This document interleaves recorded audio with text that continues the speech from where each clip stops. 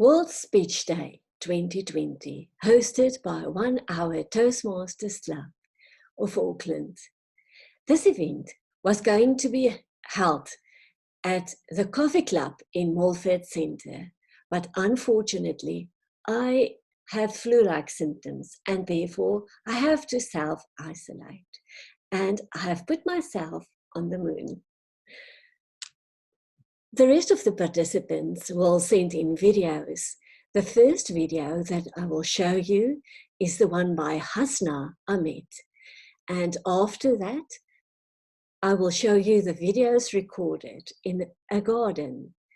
And that event was hosted by Angela Yang of 1 Hour Toastmasters. World Speech Day was started by Simon Gibson as a way of sharing unexpected voices, because he believes in the power of speech. And as Toastmasters, we also believe in the power of speech, and therefore we join him in this wonderful event. Hi everyone, my name is Hasna, and today I'm gonna give a speech from my pathway, Engaging Humor. Engaging humor means that I have to deliver a message to you that puts a smile on your face. My message to you, or my speech to you today, will be about flowers and chocolates. Do you know that years ago science has proved that chocolate improves your mood? Yeah, chocolate can make you happy. How is that? Because chocolate increases the production of endorphins. What are the endorphins? Endorphins are some brain chemicals that create the feeling of pleasure. So yes, chocolate makes you happy. Even some experts suggest that if you love someone and you want him or her to love you back, just convince her to eat chocolate whenever you see each other. There will be a 50-50 chance that she will fall in love with you, because she will connect between her happy feelings and seeing you. And this is human nature. We love the person that we feel happy when we see him. This is science, not me. Remember that. I, personally, have always prepared chocolates over flowers for two very good reasons. The first one is that chocolates can be eaten, flowers cannot. Second reason, what's good at watching such beautiful creatures like flowers dying in front of you? Because we all know that flowers have very short lives. Unlike chocolates, you just eat them. As a child, my father never allowed me to eat chocolates more than once a month. He used to say that chocolates are unhealthy and they are not good for my teeth. No matter how many times I tried to convince him that my teeth are inside my mouth, which means that it's nobody else's business, it's my own business, but he was never convinced. Then I grew up a little bit and I went to university, where I met my husband. My husband was more understanding to my love of chocolate than my father. But still, I couldn't eat chocolate that much because at that time I was still watching my weight, or let's say I was watching my weight. One day, after finishing one of my toughest exams, as I studied civil engineering, so our exams were not easy at all. I still remember that day.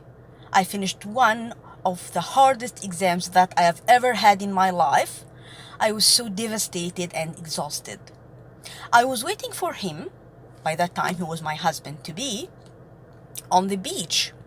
And I still remember him coming towards me carrying a lovely bunch of flowers in his hand, a lovely colorful flower bouquet. But on that particular day, I didn't need flowers. I really needed chocolates, not flowers. And he knew that I love chocolates more than flowers. However, I didn't want to be rude, so I just thanked him, took the bouquet, put it beside me without saying a word. Shortly after, he asked me, "Aren't you gonna to look at the flowers? Try to smell them like any other normal girl would do?" I was so angry and frustrated, but I said nothing. I just grabbed the bouquet like that and looked at it. But when I was grabbing it, I found that something popped out of the bouquet, flied up high, and I saw it flying up high in the sky. What is that? Then I looked at him to ask him what was that, but he was not there. He was running to catch whatever popped out of the bouquet before it's lost forever. What was inside the bouquet? It was a ring. Well, no harm is done. He found the ring and we got married. Everyone is happy. I asked him later, why did you put the ring between flowers? Why didn't you put it in a box of chocolates, especially that you know that I love chocolates more than flowers? His answer was very convincing to me. He told me, yes, I know how much you love chocolates, and that's exactly the reason why I put the ring between flowers. Because I know if I put it in a box of chocolates, there would be a very big chance you would eat the chocolates and the ring without even noticing that there was one inside the box. I didn't disagree. Now, ladies and gentlemen, you know what to do to improve your moods. And gentlemen, if the woman you love eats chocolate, then you're lucky. And ladies, if you notice that there is a man keeps offering you chocolates whenever you see each other, do not take it, because it could be a trap. Thank you. Thank you, Hasna. It's always wonderful to hear your stories.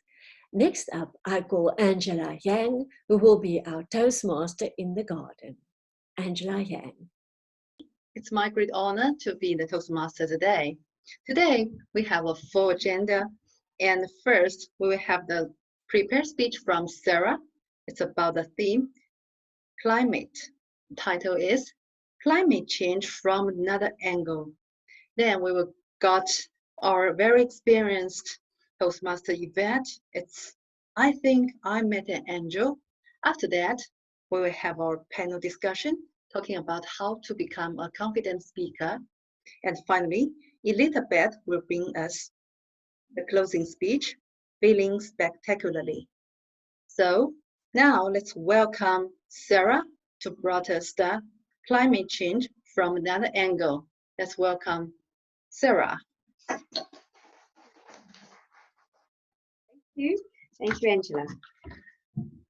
Well, welcome, fellow Toastmasters. So I'm just going to take a moment to connect firstly with myself and with my lovely audience out here, the faces I can see beyond the camera, and also with the camera audience itself. Because my speech today is all about connection. And I am going to talk about climate change, but from a different angle. And there's two key ideas that I want to put through to you today, followed by some questions. And the first idea is about how we're actually all connected. We're connected between ourselves, we're connected to living Earth and everything that lives on it. And I'm going to draw on a little bit of energy science information that brings new knowledge to us and challenges us to step up at this time. Not just in physical ways, but also at the energetic level. And the second idea I want to put to you is to suggest that as I have become more and more aware as I've moved into energy healing work, that the human body manifests at the physical level last. So the symptoms and physical things that we experience are a sign of imbalance. And that these symptoms are actually our bodies trying to tell us that we need to listen, that we're out of balance in some way, and that we need to do something. And I'm suggesting that the Earth is actually doing the same thing, and that the things that we're experiencing now, the upheavals and the extremes, are all part of the Earth calling out for our attention, telling us that it's out of balance and that we need to do something. But first, I'm just going to divert to a couple of experiences that I've had personally. These both actually happened at a workshop that I was at a few years ago, even though it wasn't a workshop based on energy healing. But these experiences both were really pivotal in helping to open my eyes to the energy level and what's happening at that level.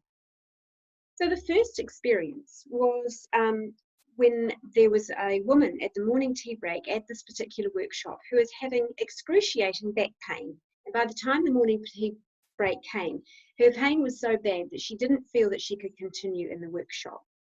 And there just happened to be another woman at the workshop who was an energy healer. And I watched her within minutes, and I actually physically watched her moving her hands and feeling this energy of this woman and her back. And in a few minutes, the back pain was completely gone, completely gone. So that was really astonishing to me. I'd never seen anything like that before.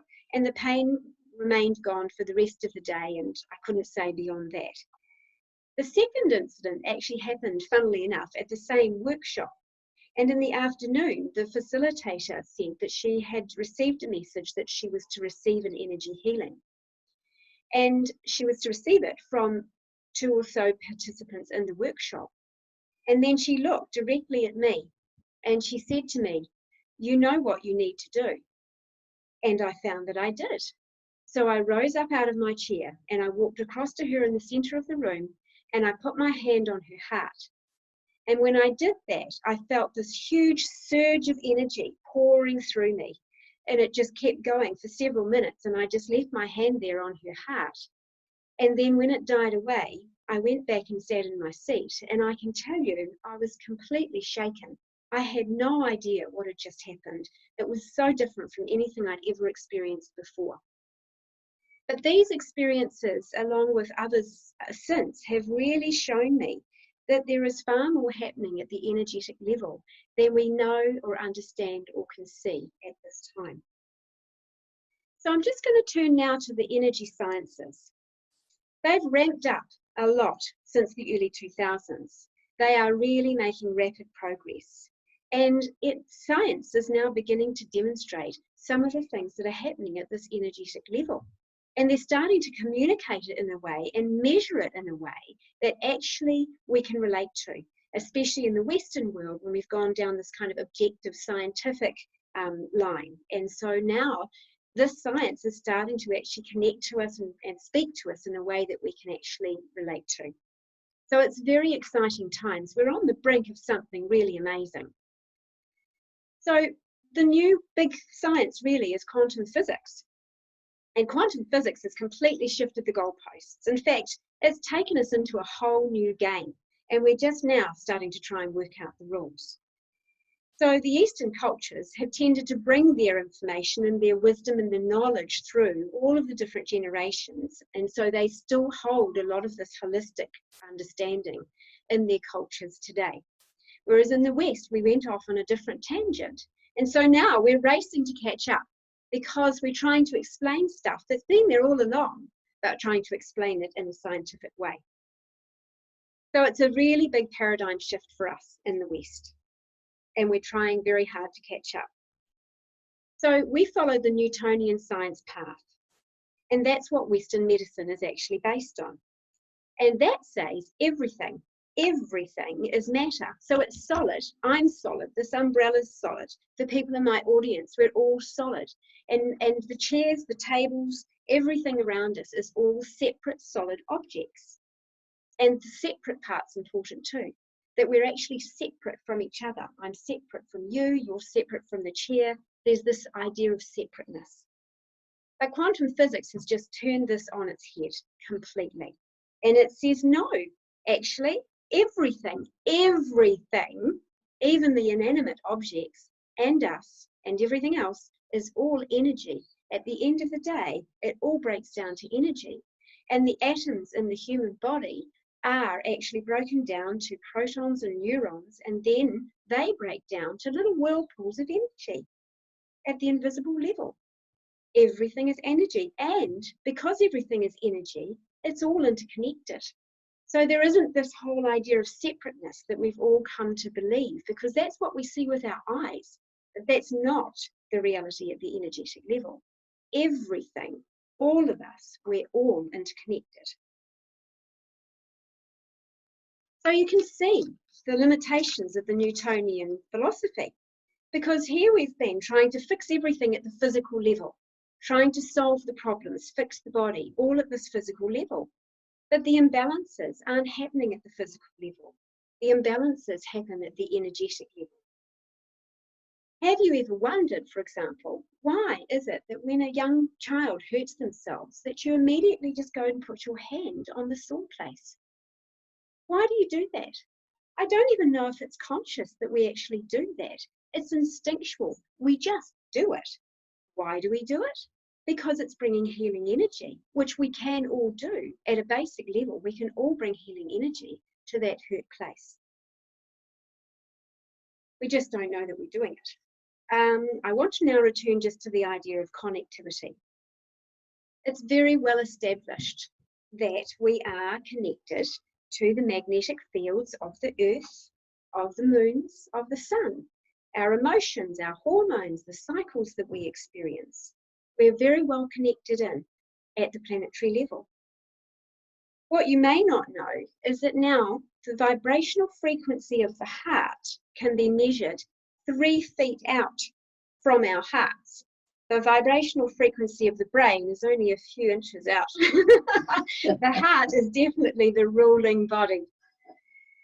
What's very interesting about that, however, is that the vibrational frequency of the heart, when it's in coherence, which is a state of stability, is the same frequency as the primary frequency of Earth itself.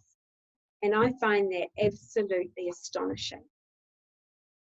So you see, we are connected. We are connected to Earth, and Earth is connected to us. And when we are actually experiencing positive emotions, it has also been measured that we are in this state of coherence. And when we're in this stable state of coherence, we're in a very efficient, self-regulating, self-balancing, self-healing situation. When we're feeling negative emotions, we're in the opposite state. We're in a state of incoherence, and so we're not in a self-regulating, self-healing state at all. You can start to see some of the implications of this. And what's also interesting is that our emotions have different vibrational frequencies. So happiness, for example, looks different to generosity. They have different frequencies. Anger has a different frequency to frustration. They're all different. And what researchers are saying is that information is actually being carried on the energy waves. And that's not so weird when you think about the fact that that must be happening when it comes to all of our phones and devices and things. Information must be being carried on the energy waves, because that's how radios work, that's how our phones work, that's how the Skype and Zoom and everything work. So information is transferred that way. And what the researchers are suggesting is that this is happening for Earth itself as well, that Earth and the vibrational frequencies and magnetic fields that are put out by Earth are carrying information. So we see that there's this collective energy field that we're all part of and we're all feeding into. So it's interesting when you think about, for example, the research that's been done on meditating groups, and how groups, or large groups of people, can be meditating in one location, and the positive effects of that meditating group go far, far, far wider than the group itself, as well geographically, and the results that are achieved beyond that group. So how is that happening? How is that happening if the information, the meditational vibration, isn't actually sending out information on the energy waves? And another example of this is the, just lost that one for a sec, won't be a second. Oh yes, there's distance healing. Distance healing. Now I could send healing to somebody somewhere else entirely in the world. And again, research has shown this to be very effective, that the distance healing is actually working. And how again is that working if there isn't information being carried on these energy waves? So you can see, again, that this is a collective energy field that we all share, and the research is really starting to tell us this. And you might be thinking, well, oh gosh, if that means I have to be positive all the time to put out all these positive energy waves, well, I can understand that might seem a little hard because we're all human after all. And there is a little bit more to this. And we also need to remember that actually we're putting out vibrational frequencies with our subconscious as well as with our conscious mind. But I'm not going to go any more into that today because that's a whole nother speech. But what we do want to just realize and recognize for this today is this whole idea that we share this collective energy field and that we're all contributing to it and that we're all affected by it. So I just want to expand more now on this idea of the earth itself manifesting imbalance at the physical level. So I'm just going to go back a step. Western medicine, the focus has always been on the physical body. But the truth is, we are not just physical bodies. We are mental, emotional, spiritual, conscious, subconscious, physical, and energetic. So it's really that we're interconnected. And if we're just looking at dealing with things always on the physical level, then we're really not addressing what's really going on. And that our bodies do speak to us through physical symptoms. Research has shown that 80, 90, even more % of our physical issues and illnesses have an emotional basis to them. Our bodies hold on to our emotional baggage. And if we don't clear the emotional baggage, then over time, the physical symptoms, sickness, injuries, etc. start to appear. And I've been very surprised myself as I've moved further into this energy healing work, how magically physical issues and symptoms can just go so quickly when you actually clear what's happening underneath at that emotional level. So really, it's our body's red light warning system. It's our body saying, hey, listen, I'm out of balance in some way and I need you to do something to bring me back into a state of coherence so that my body's self-healing systems can kick in. And we need to do things, of course, to help create those conditions. We need to maybe look at the external environment, diet, exercise, lifestyle. But we really importantly need to look at the internal environment of our bodies and our whole beings. We need to look at reducing that deeply held stress, the stress that we hang on to from the memories and the negative experiences that we've had in childhood and through into adulthood. All of those negative experiences that get triggered so easily, they sit with us. And until we actually take action to clear those, then they're just there waiting to be triggered. And none of that is good for our immune systems and for our health because it takes us out of a state of being in coherence, being in balance.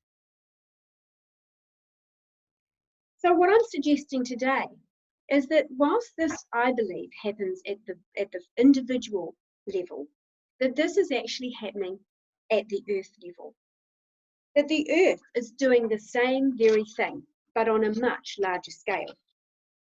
That the symptoms of imbalance that we're seeing, the floods, the fires, the weather conditions that are so extreme, the devastation of the natural habitats, the extinction of species, I see these all as symptoms, even I would say coronavirus, all symptoms of the Earth's imbalance.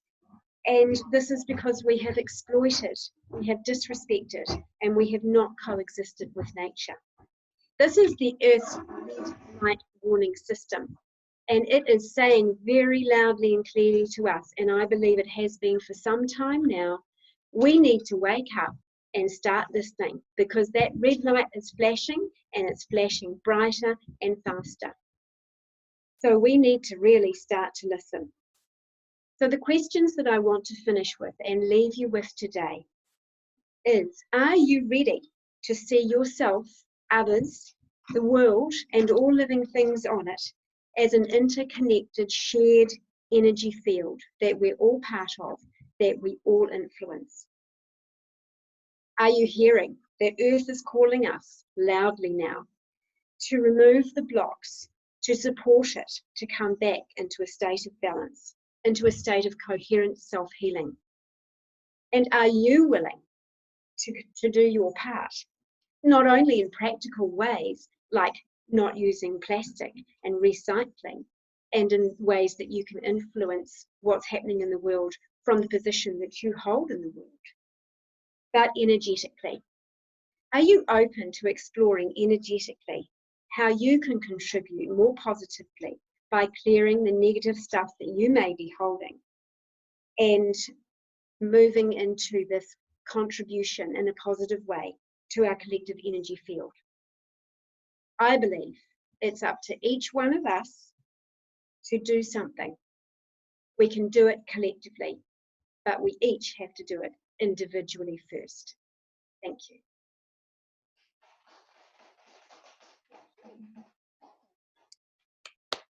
Thank you, Sarah, for the very informative speech. Oh, now I see the different world now, and it's totally different perspective from my thought.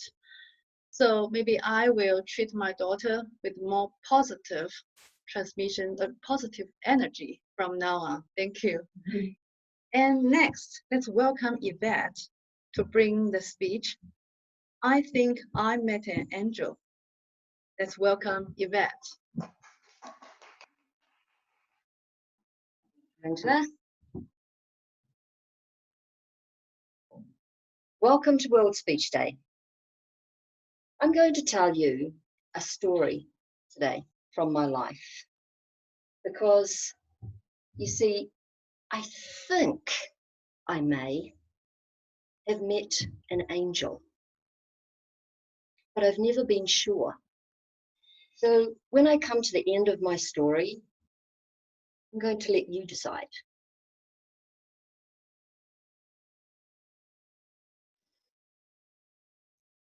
You may not believe this, but in my younger years, I was a bit of a wild child. I liked to go out partying. I worked in the hospitality industry, and at a certain time when it was in the early 90s, my social circle interconnected with another social circle, and I got to meet this extraordinary human being. Now, who here thinks they know what an angel looks like? What does an angel look like? Wings, white, halo, robes, you know, this sort of thing. Well, is it possible that an angel could be 6'4", built like a tree, and the only thing I ever saw him wear was a singlet, black shorts, gumboots. That was it. He had a thatch of blonde hair and sparkling blue eyes, and his name was Shane. Now, in the early days, so this was when I first met Shane. Now, some people, they come into your life for a long time, and other people come in for a short time, and then they move on again. Shane was one of those people. I think I knew him for maximum 6 months. That was long enough. Shane was unique. He never held down a 9-to-5 job. He was 4th generation New Zealander. His family owned a large property holding on the slopes of Mount Eden. By the time I met Shane, he had inherited what was left. It was a 4-hectare block on Mount Eden with a substantial, massive, big old villa. And he'd renovated 12, turned it into 12 apartments. He himself lived in a very humble, tiny little back flat on the ground floor. And he spent his days maintaining the property, looking after his tenants, pottering around, and tinkering in his workshop. First time I ever met Shane, he showed us around the property and he took us up to his workshop. And it was this big old barn out the back, and you had to wend your way up this path to get to it. And there were all these things like huge big old vehicles and half rusted metal shapes and tires and wires and pipes and every type of thing you could possibly imagine. And then the workshop itself was a wonderland for any male, full of all the machines he'd half built, half restored and was working on. And anybody who's read my stories, The Chronicles of Adam Weaver, the character of Stingray and his amazing workshop is based on Stingray, based on Shane. Because how could you meet someone like Shane and not write about him? He was just this extraordinary individual. So one day, Shane invited us all to go on a weekend trip. We were going to go away on the bus. It was an old school bus, maybe from the 1950s, that sort of era, that he had restored and put back together. So he picked us all up, big crew of us, on the Friday afternoon, and we headed off down to the Coromandel. And we went to all these parties that night, and we worked our way down the coast of the Coromandel, and we ended up at the last party. We parked up, having a great time, wonderful night. About 4 o'clock in the morning, I thought, I've had enough now, time to turn in. So I went into the bus, rolled myself up in a blanket on the floor in the aisle, and tried to go to sleep. And after a little while, there was a tap on my shoulder. And I looked up into the moon face of Shane, and he said, "Hey, Ed, do you want to see something really cool?" I was like, "Okay, sure, yeah." So we get out of the bus and start heading off, and we're going across the road, and then we're heading into the wilderness, and we're leaving the lights behind, we're leaving the people behind, we're leaving everybody behind, and we're heading into the blackness. And we're going down towards the sand dunes, and I'm thinking to myself, am I crazy? I hardly even know this guy. I've just met this man. This is dangerous, right? I am going to regret this. And I was going into all this fear, and I was thinking all these terrible things, getting myself really worked up. But Shane is still walking, and I'm trying to keep up with him. And I'm thinking, oh my gosh, what am I doing? And we get over the sand dunes, and we go down onto the beach. And he goes up to the shore, the waterline, and he says, "Yes." And he bent down, and he started running backwards with his hands going like this through the sand. And the sand just absolutely burst into light. There was lights and colours and stars, and it was like fireworks going off on the ground. And I'd never seen or heard of this phenomena before. It's called phosphorescence. And it's when non-metallic elements combine and they combust without heat. That's phosphorescence. You need certain elements to be right and be in the right place at the right time, and of course in the darkness to see it.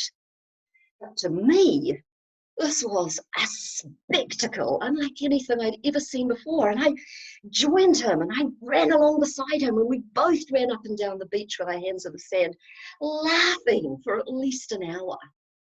And it was this really special experience in the middle of this partying weekend. So we carried on with our wonderful weekend. And on the Sunday, we all climbed onto the bus again. It's time to go back to the city. So we're making the drive back to Auckland, about halfway across the Hauraki Plains. Storm clouds rolling, and the sky becomes ominous. And then torrential rain starts pouring down. Now, what do people normally say under these circumstances? Any suggestions? Oh, the rain. Oh, the rain is so depressing. Oh, I can't stand the rain. People go on and on and on when it rains. Not Shane. Shane, I was sitting behind him in the driver's seat because I knew he was going to have interesting things to say. And he was driving along with this beatific smile on his face. And he said to me, don't you love the way when the big raindrops hit the glass, they hold there and they hang there a minute.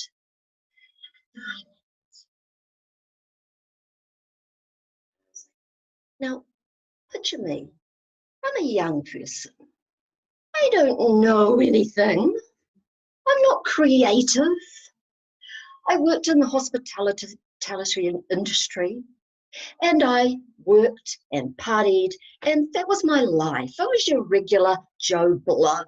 I didn't look at the world in a creative way. I was just an ordinary human being. And when he said diamonds on the glass, I'm like, diamonds on the glass? What the heck is this guy on? I'm thinking, diamonds on the glass.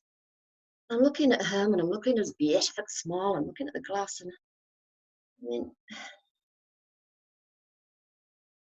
then I began to see through his eyes.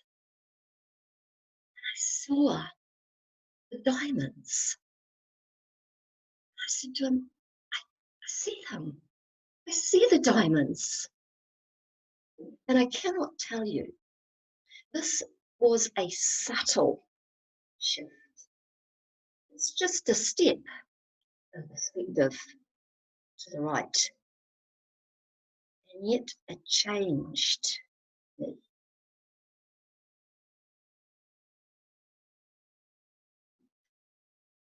So there was one more impactful experience I had with Shane at the end of knowing him. Now, back in my day, in those days, there were no cell phones. We used to go to things called rages, and it was an all-night dance party. And I went to this rage, and it was being held in the Auckland railway station, downtown. So there's this big curving driveway out the front. I danced all night, and I came out of the doors at 5 o'clock in the morning. It's pitch black outside. And I start to walk down the path, down the middle of the road.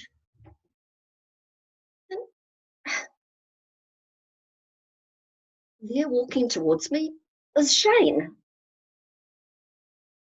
And I said, Shane, what are you doing here? He said, do you want to see something really amazing? I said, would I? Yes, I would. Let's go. And so we went down, we got into his jalopy, some major old car that he'd restored, and we cruised around Mission Bay. We got to the very end, as far as you can go, up to the headland. And you go down through the scrub, and then there's a big long pier. It goes right out into the water. So you go to the end of the pier, and from there you can see in the distance, in the blackness, the Coromandel Ranges against the horizon. And Shane said to me, have you ever seen sunrise? I said, oh. So we stood there looking into the darkness, and I'm thinking, sunrise, what is up with the sunrise? Why would anybody care to see the sunrise? Sunrise? And I'm thinking, oh God, I trust him, I'll hang in there. So we just stood there for ages. It took so long when you're waiting for something. We stood there and we stood there and we stood there. And then top of the mountains, there was this fuzzy, easy listening. And it turned into this glow. And the glow got stronger. And then there was this little rim of gold that just went, it got better and better and better. And then the sun rose. And this feeling of absolute ecstasy just rushed up from my feet through my entire body, and I was shaking and I just couldn't control it. I just started laughing, and he started laughing, and we held each other's hands and danced around in a circle like a couple of preschoolers, laughing our heads off.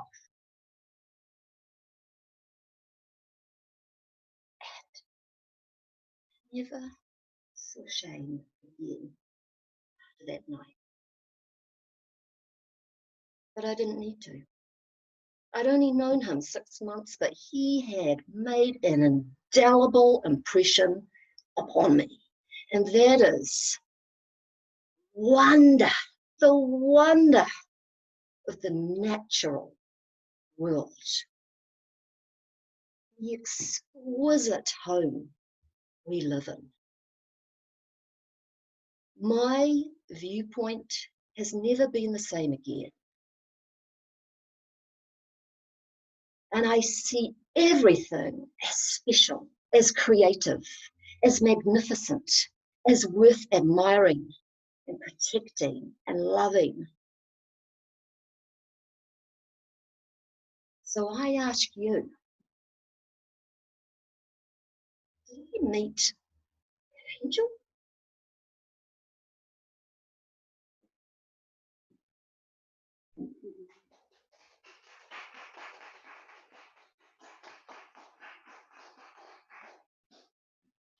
Thank you so much, Yvette, for the amazing speech. I almost forgot what to say. I believe that it's because you have the angel point of view, then you can see this angel. Then we are so lucky to have you as the angel to us, to bring the angel perspective to us. So now I have to go to next part. It's about our panel discussion, but I'm very happy that it's my great honor to have Yvette and Elizabeth to be my panelists again. So welcome my angels. Yvette again.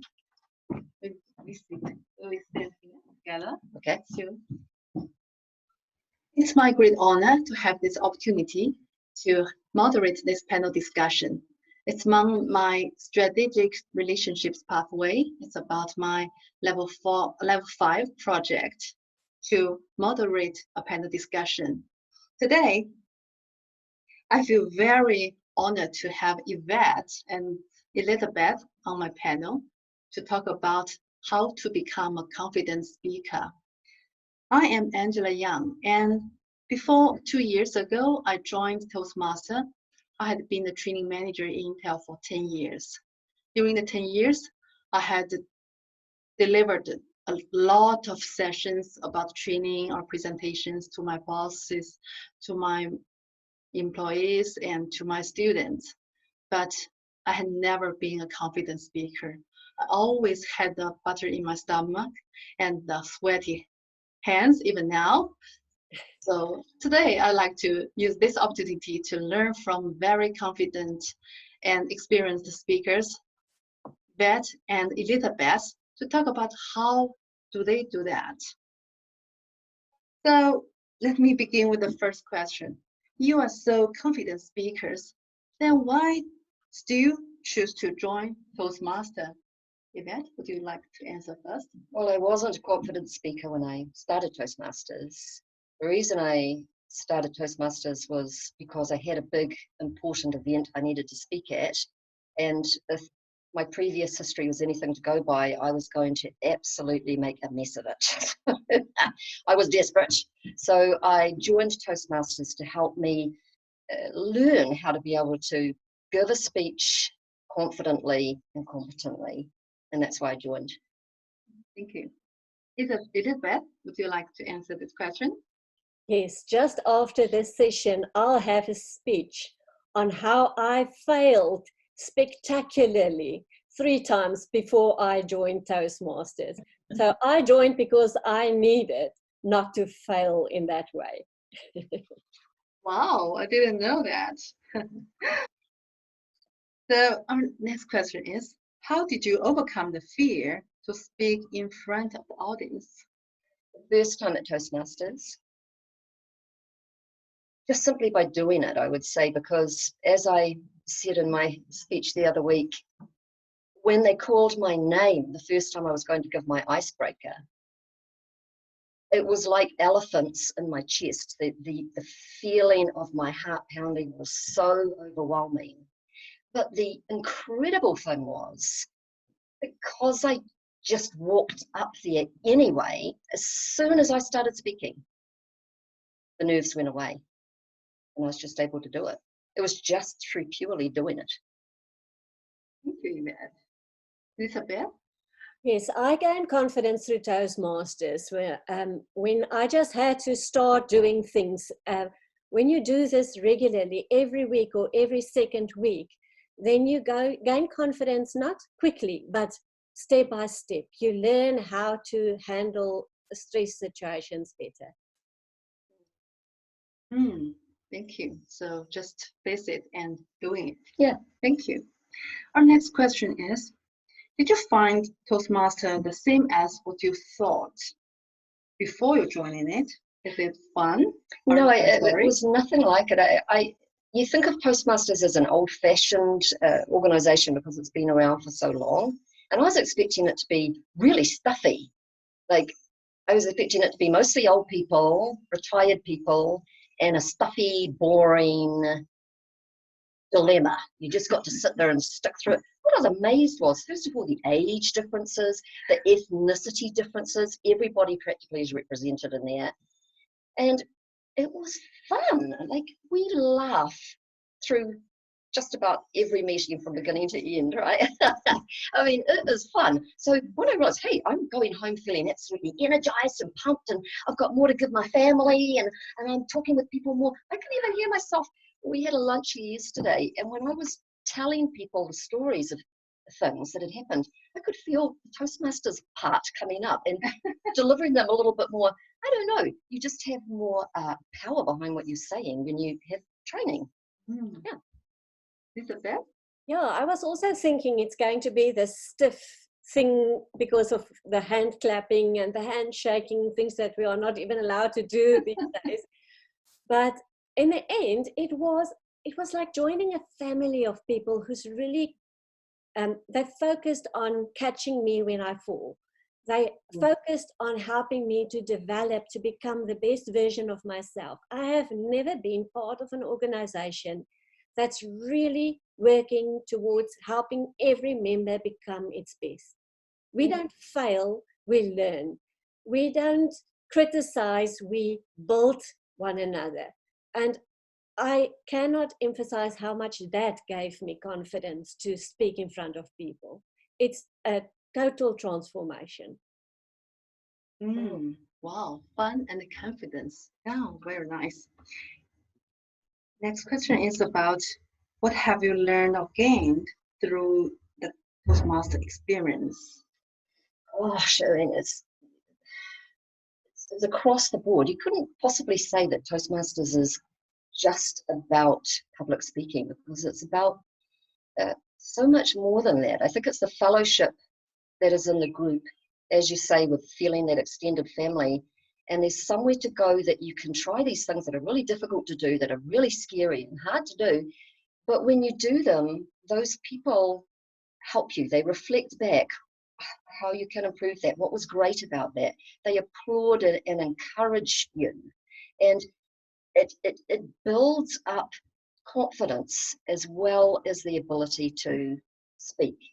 And there's another part of Toastmasters which they talk about, which is sort of not as to the fore, and that is about the leadership side of it. When they were first talking about that, when I joined Toastmasters, I was like, I don't want to be a leader and nothing. Just keep me out of that leadership stuff. I just want to learn how to give this speech. But the leadership part, it's very much, it's about being the leader of your own family. about being a leader in your own household. And I have found that through being at Toastmasters, apart from all the other things that I have learned, I've become stronger as a parent to my kids, and they listen to me more now than before I started. Thank you. Is it bad? Yeah, definitely. When Toastmasters did a survey in about 2009, they found that most people said they joined because they wanted more speaking skills. But after a while, they realized that they've actually learned leadership skills. And then that's when they had the focus more on developing people's leadership skills. And that's why we do both pathways now. It's to give you the opportunity to lead a team, to be part of a team, to participate. And I have always been scared of helping or asking help from others. I'm a doer, so when I want something done, I do it. But now I have to make use of a team. And all of a sudden, I feel like I can do so much more because there's always someone supporting me. Even today's event, we were supposed to have it in a mall. And when I started having flu-like symptoms, I thought, oh, this is going to fall through. How are we going to do it? And the team came together and came with a solution. And this is how I experience Toastmasters, because you have to make use of a team. There will always be someone with a very good idea to make something work well. Thank you, Elizabeth. Yes, I do feel the leadership among you ladies today. Yeah, we make something impossible possible. Wow. And now I have some time for our audience to give us some questions. Would you like to give us some questions?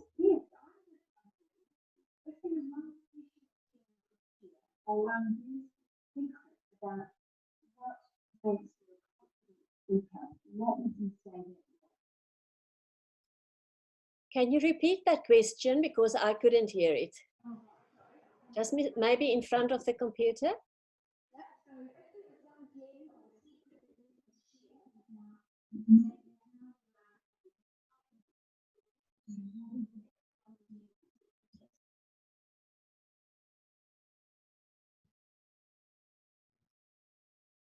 It's hard to pin it down to one.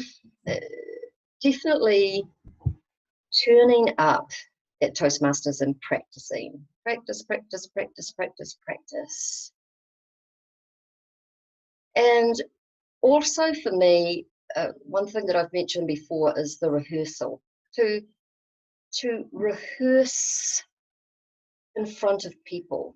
When I rehearse just in front on my own, it is a little more difficult. But if I force people, like the people in my family, to sit down there and listen to me when I practice, then I feel more confident of what I'm going to deliver. These days I don't like to practice verbatim. I don't want to know every single word I'm going to say. So I want to allow some room for creativity in there. But if I've practiced like that, you get that first line. If you've got that in your mind, you've got the last line in your mind, and a couple of key points that you want to make, and you're sure of those before you start, that gives you confidence to fill in the rest. Wow. Thank you. Is that bad? I couldn't hear the question well, Angela, so maybe you can just repeat it for me. Sure. So what is your secret to become a confident speaker? If you could list one of the gems. I don't think I have a secret yet, because I'm still practicing to become a very confident speaker. Oh, But just the recipe. But just by attending the meetings regularly, to be committed to take one step at a time, I know that I am gaining confidence, and I know that I am becoming more confident daily. And also by having mentors who are always helping me, and by mentoring other people to see what will work for them. I gain confidence, and I think other people can also gain confidence in that way. Wow, thank you. I didn't know that you guys also didn't have confidence before. No, Good to know. And I think this is our Toastmasters. Our mission is to provide a supportive and a positive learning experience to help our members to become the very confident and resilient speakers. So do join us, practice, practice, practice. Thank you. That's my panel discussion.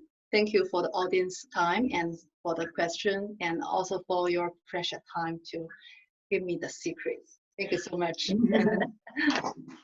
Well done, Angela.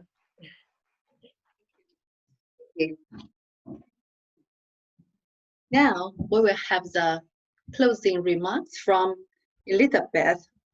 The theme would be, I feel spectacularly. Is it right, Elizabeth? Sorry, I muted myself. Yes, my topic is 3 times I failed spectacularly. Okay, let's welcome Elizabeth.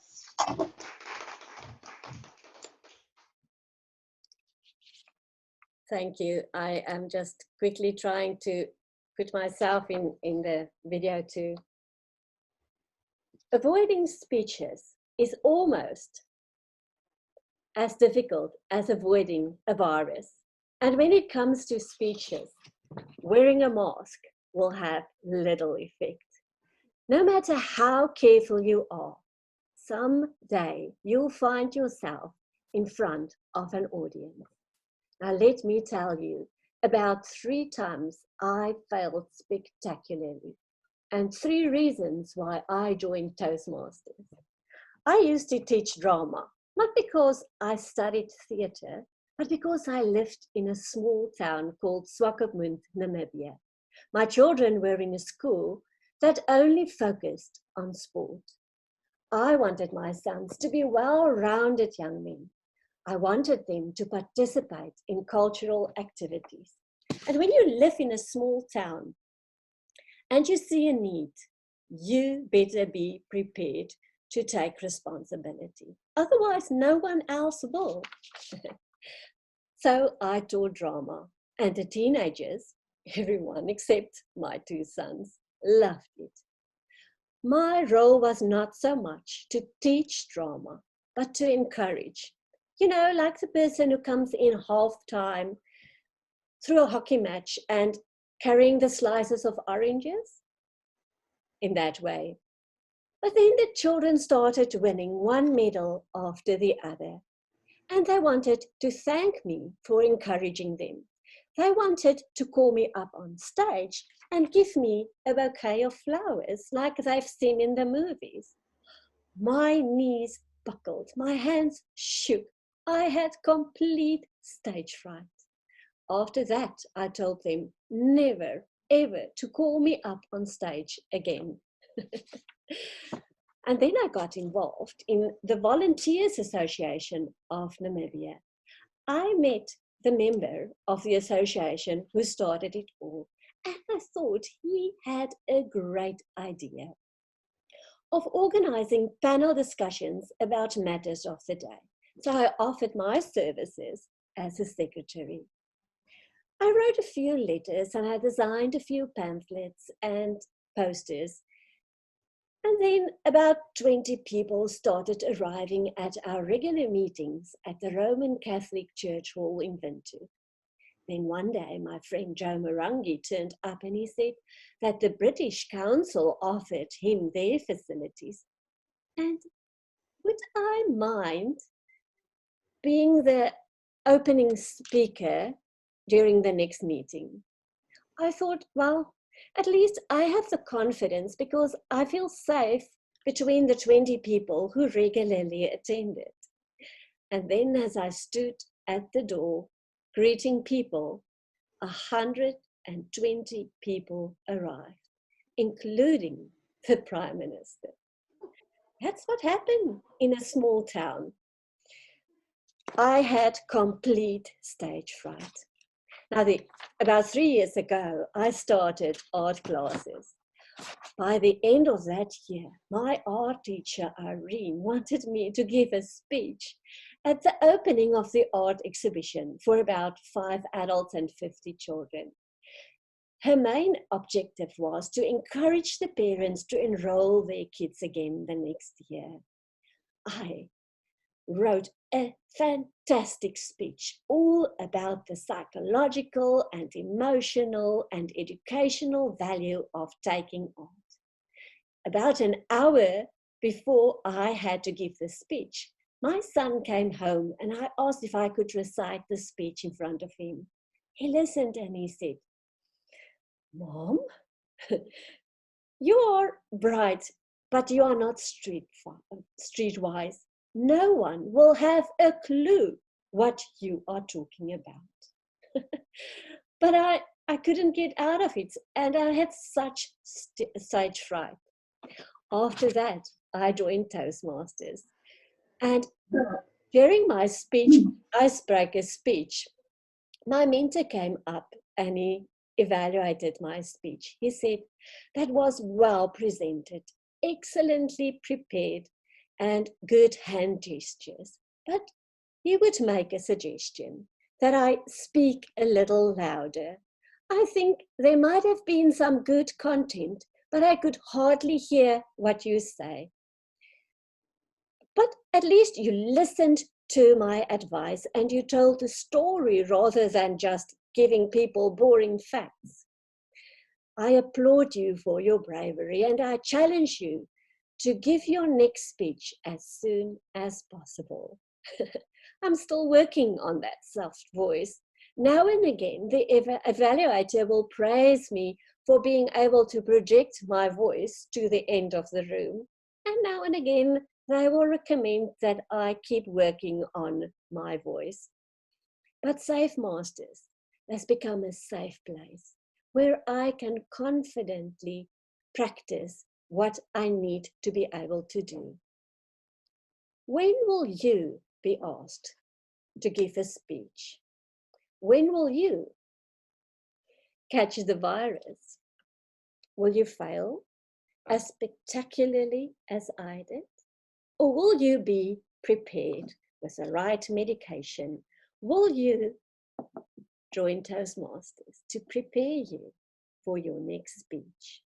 Not only to become a confident speaker, but also to become a leader. I thank you.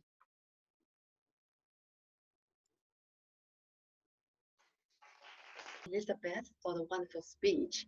And yeah, I think that's also one of our themes today. Why not just join Toastmaster and practice with us to become a confident speaker? So thank you all your efforts to make impossible thing happen in Yvette's garden, and with the Zoom technique, and with Sarah's communication, and with our lovely friends Claire's support. Thank you so much to make this happen. It's a lovely morning. Thank you, Elizabeth.